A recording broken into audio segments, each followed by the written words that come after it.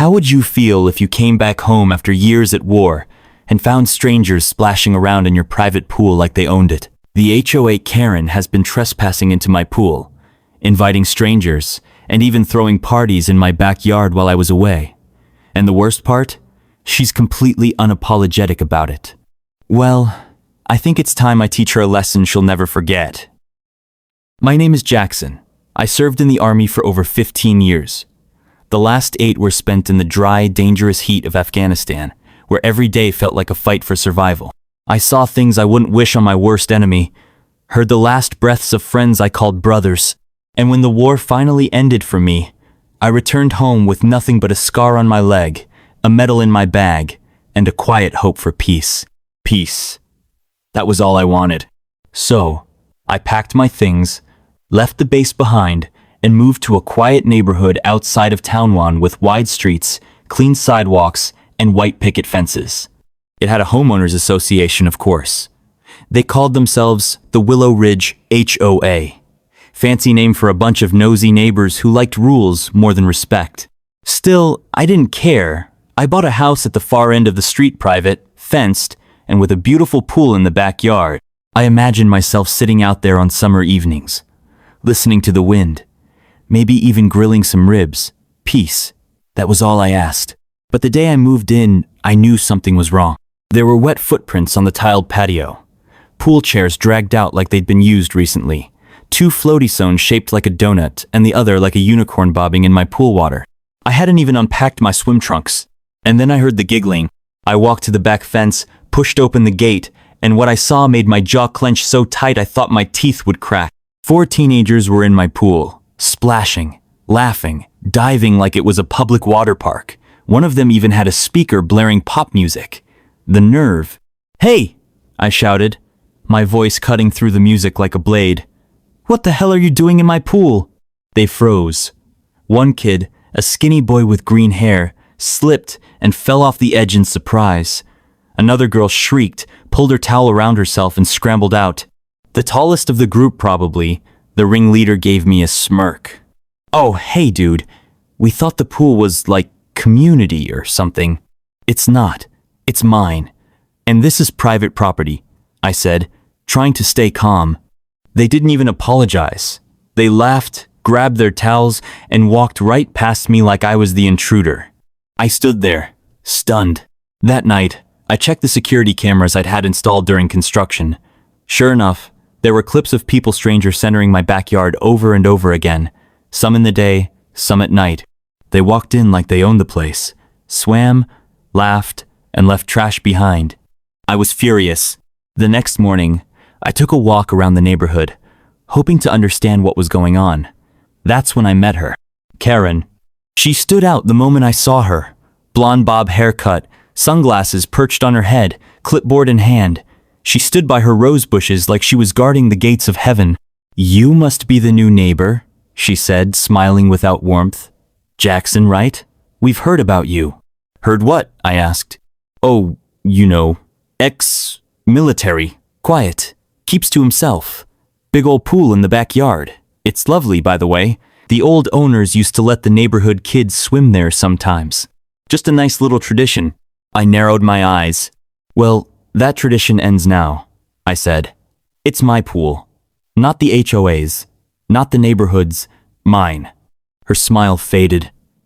"Oh, of course. But you know, sharing is part of being in a community." I walked away.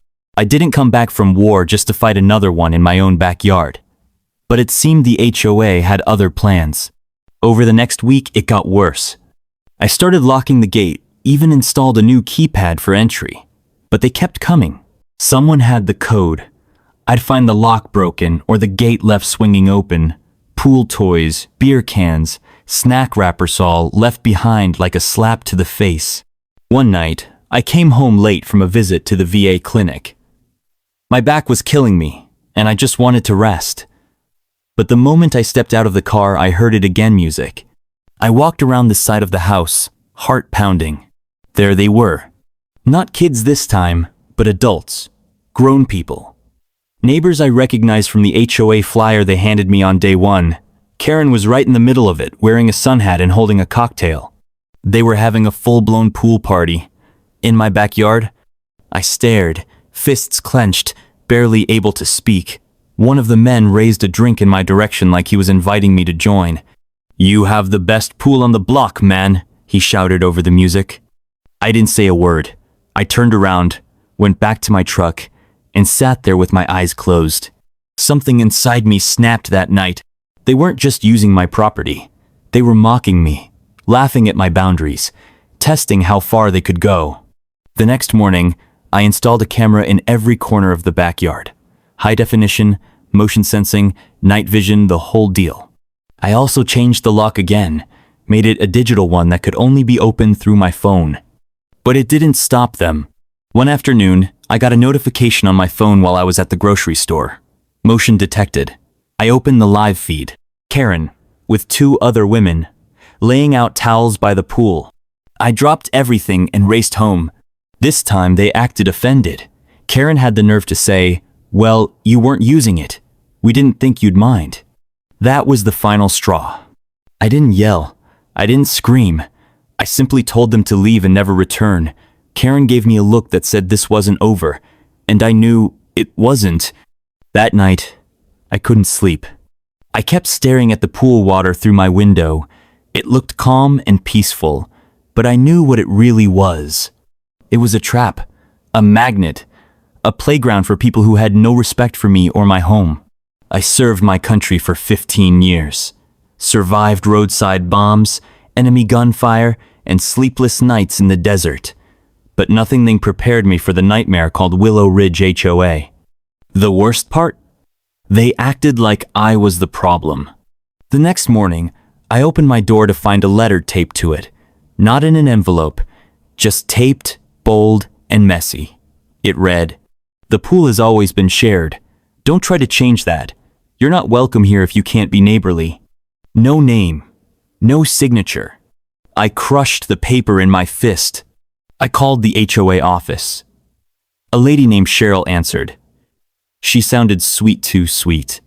"I'm sorry, Mr. Jackson," she said, "but technically, while we encourage privacy, Willow Ridge bylaws don't prohibit casual use of private amenities by neighbors. It's a gray area." "What kind of nonsense is that?" I asked, trying to stay calm. "My pool is not a park. It's my personal property." She sighed.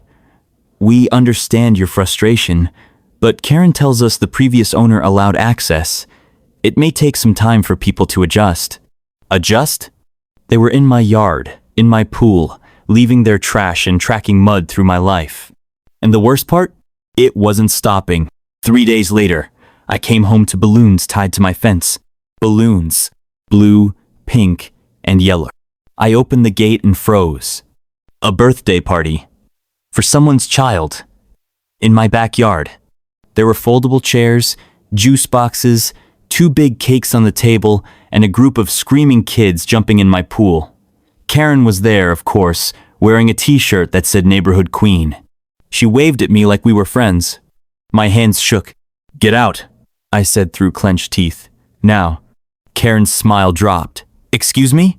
"You heard me. This is private property. You're trespassing." One of the kids started crying. A mom gave me a dirty look. Another man, some dad with a beard, stepped forward. "Relax, man. It's just a couple of hours. We clean up after ourselves." Karen walked up to me slowly, her tone sharp. "You know, Jackson, you're making it very hard to be a part of this neighborhood. Everyone loved the last owner. He knew how to share. You've got a lot of attitude for someone who just moved in." I didn't blink. I didn't move. "I don't care what the last owner did," I said coldly. "This pool is mine. The next time I catch anyone here without my permission, the police will be involved." They left, but not quietly. I heard murmurs, whispers. Someone called me a grumpy war vet. Another said I was probably crazy from the war. Karen made sure everyone heard her say, "He's dangerous. Just wait. Someone's going to get hurt." She wanted a fight. And honestly, I was ready to give her one. That night, I stayed up late, staring at the blue water of my pool from the back window. My mind wandered back to Afghanistan, to the tricks we used, the strategies, the traps. You see, I didn't come back home to start a fight. But if they wanted one, I knew exactly how to win. And that's when the idea came to me. Something subtle, something clever, something blue. That night, I stood at the edge of the pool with a bottle in my hand. It wasn't poison. I'd never do something that would hurt a child or put someone's life at risk, but it was something special. Back in the military, we used this powder during training exercises. It was non-toxic, used to dye water in drills. It was meant to be visible from the air, for rescue signals or marking drop zones. When mixed with water, it turned anything that touched it bright blue, and the dye wouldn't come off for a week. I poured it slowly into the pool, whispering to myself, if they want to swim so badly, let them. It took an hour to dissolve completely. The water looked normal, clear, harmless. But I knew what waited underneath. The next morning, I left early. I wanted to be gone, just to give them time. I knew they'd come. They always came when I wasn't home. And sure enough, at noon my phone buzzed. Motion detected. I opened the camera feed. There they were. Karen, her friends, 2 teenagers, and even one of the dads from the birthday party, laughing, jumping in, splashing like they were in a water park.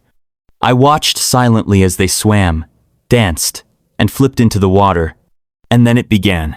First, one of the women screamed, loud. She stared at her arm. Why is my skin blue? Another man looked at his chest. What the? Is this paint?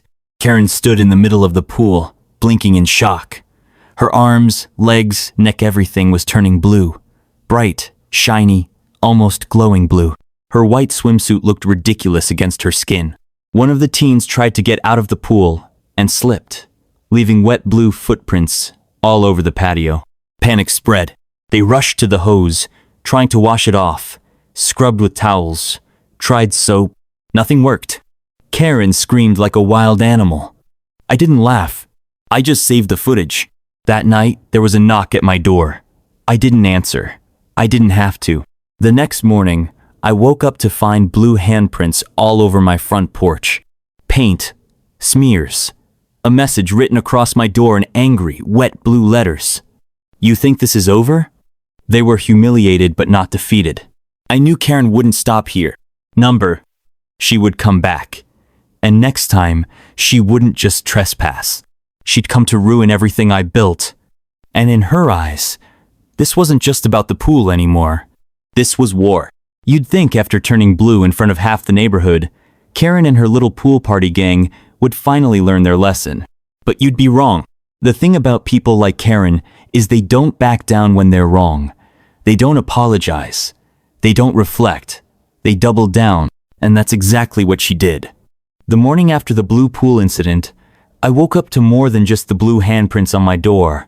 My mailbox had been ripped off its post and thrown into the street. A dead fish, yes. A dead fish was floating in the pool, its eyes staring up like it was judging me. There were trash bags scattered on my lawn. My security cameras were sprayed with something sticky, like glue and paint mixed together. The feed was blurry. I stood there, jaw tight, chest rising and falling slowly. They wanted to provoke me. They wanted to make me snap, push me until I broke, and fought back the wrong way so they could twist the story, call the cops, maybe even sue. But I didn't bite. I was trained for worse. That afternoon, I got a call from Cheryl at the HOA office. Mr. Jackson, we received a complaint, she said in her usual sugar-coated voice. Let me guess, I replied. From Karen? She paused. A few members, actually. They're saying you use some sort of harmful chemical in your pool. Harmful? I repeated, amused. The dye is non-toxic. Safe. Military grade for training purposes. Well, we still need to investigate. In the meantime, you are not allowed to use your pool until further notice. I laughed bitterly. You're banning me from using my own pool? It's part of the review process. We hope for your cooperation. Click. I stared at the phone, my ears ringing with rage. They broke into my property, used it without my permission. I stood my ground and now I was the one under review? The next 2 days were quiet, too quiet. Karen and her gang disappeared. No pool visitors, no trash, not even a rude stare across the lawn. That's when I knew something was coming. Sure enough, on the third night, I was woken up by a strange sound around 2 a.m., a low hum, like a motor. I crept to the window and looked outside. A moving truck. Right there, parked outside my house. I quickly put on my boots and rushed outside. The sight froze me mid-step. There were people unloading chairs, tables, speakers party equipment. Not just any party. A full-blown pool party set up in my backyard. I stormed out. "Hey, what the hell are you doing?" One guy looked confused. "We were told this was the venue for the HOA summer kickoff party. Karen made the booking, said it was approved." Booking? Karen had officially listed my backyard as the party venue for the Willow Ridge Summer Bash. Flyers were even passed out. I found one shoved into my mailbox. There it was, in fancy letters. Willow Ridge Summer Splash. Location: 1875 Elm Drive, Jackson's address. Time: 12 p.m. Open-ended. Bring your floats and drinks. My blood boiled. I looked the event guy straight in the eyes. "Take your stuff and leave. Now." He hesitated. You'll need to talk to Karen." "I am talking," I growled. "And I'm not Karen. I'm the owner of this house." He finally nodded, ordered the crew to pack up, and drove off. But the damage was done. By morning, dozens of neighbors were already getting ready for the party. Some showed up in swimsuits, others with coolers full of drinks. One woman had a whole tray of hot dogs and was yelling at her kids to wait till they get to the pool. I stood at the gate with my arms crossed. "No party here," I said flatly. Murmurs turned into angry complaints. "You can't just cancel a community event. This is outrageous. My daughter was looking forward to this." Someone even said, "We'll report this to the HOA board. You're ruining everything." And then, of course, she showed up. Karen, dressed like she was heading to a resort. Oversized sunglasses. A beach hat. She looked around dramatically, then gasped. "Oh no, Jackson. Did you forget we had the party scheduled today?" "You're insane," I said. She walked up to me, whispering low. "You embarrassed me in front of everyone. You think you can humiliate me and walk away? This neighborhood loves me. And you? You're just the crazy army guy with too much time on his hands." I smiled. She didn't know I'd been recording everything, every word, every sneaky trick, every HOA abuse. But I wasn't going to fight back with yelling. I had a better plan. That night, I made a call to someone I hadn't spoken to in years. His name was Darnell, old army buddy, now ran a private security company. We caught up, and I told him what was going on. "You're telling me Karen and her people hijacked your property and turned it into a public pool?" he said, half laughing. "Yep. Say less.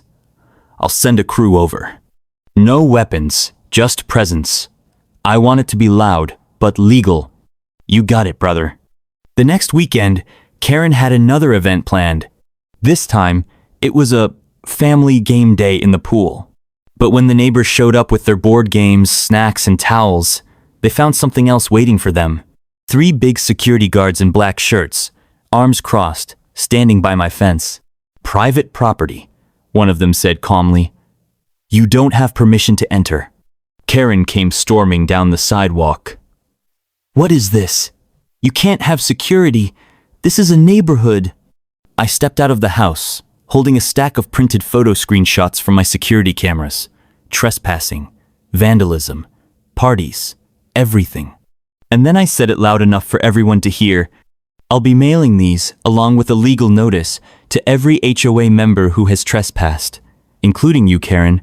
Your fingerprints are on my door, on the gate. Your blue handprint is on file. And if any of you step foot in my backyard again, I'll press charges."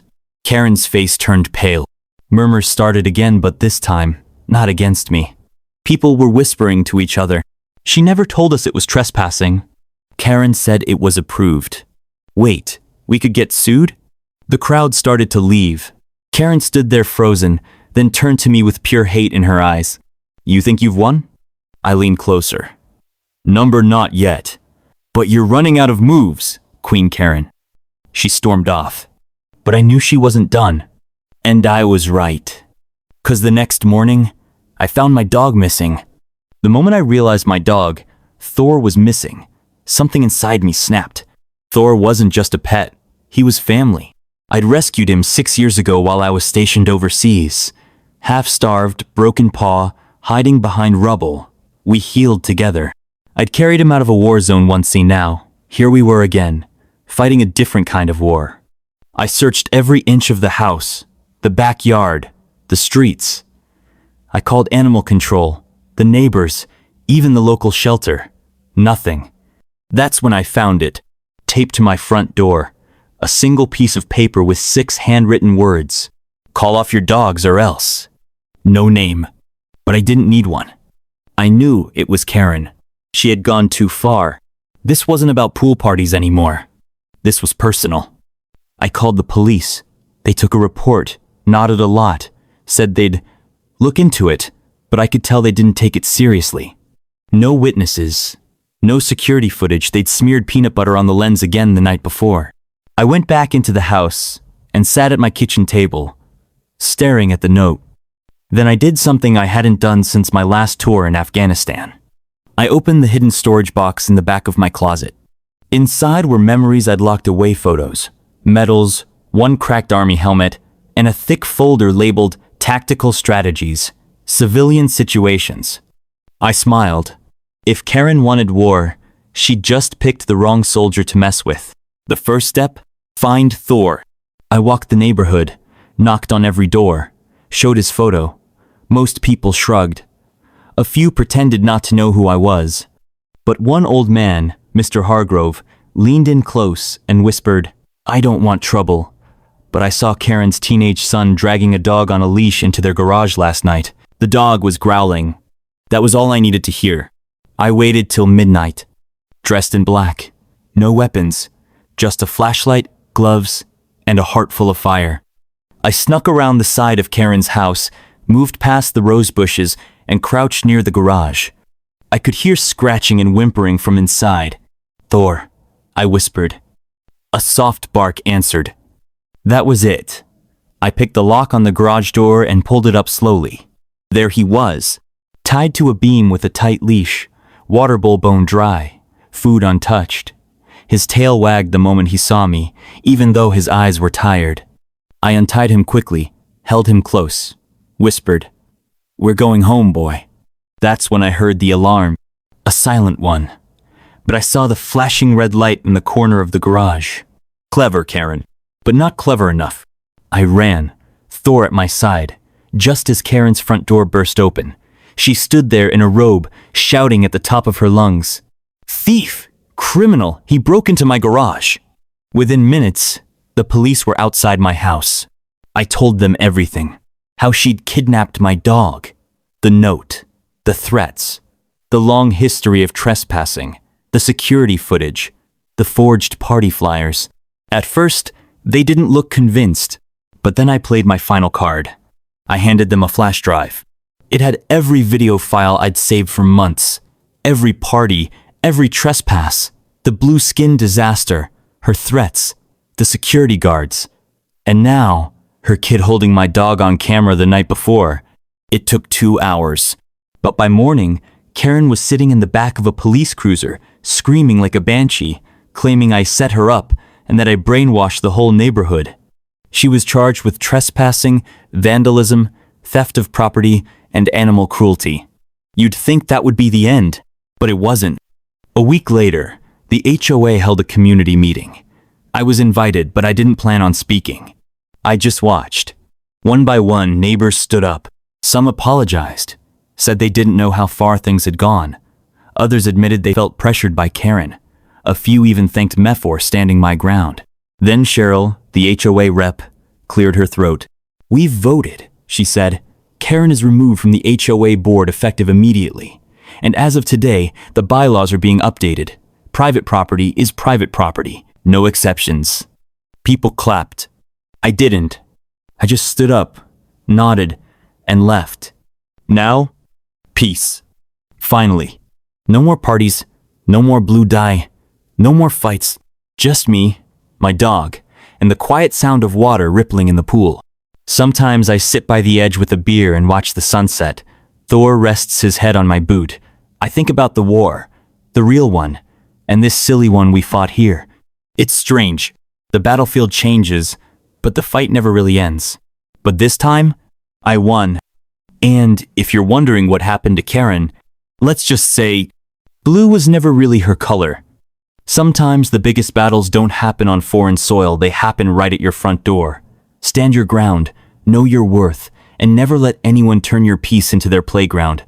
If you loved this story, don't forget to like, subscribe, and drop a comment. Would you have handled it like Jackson, or gone even further?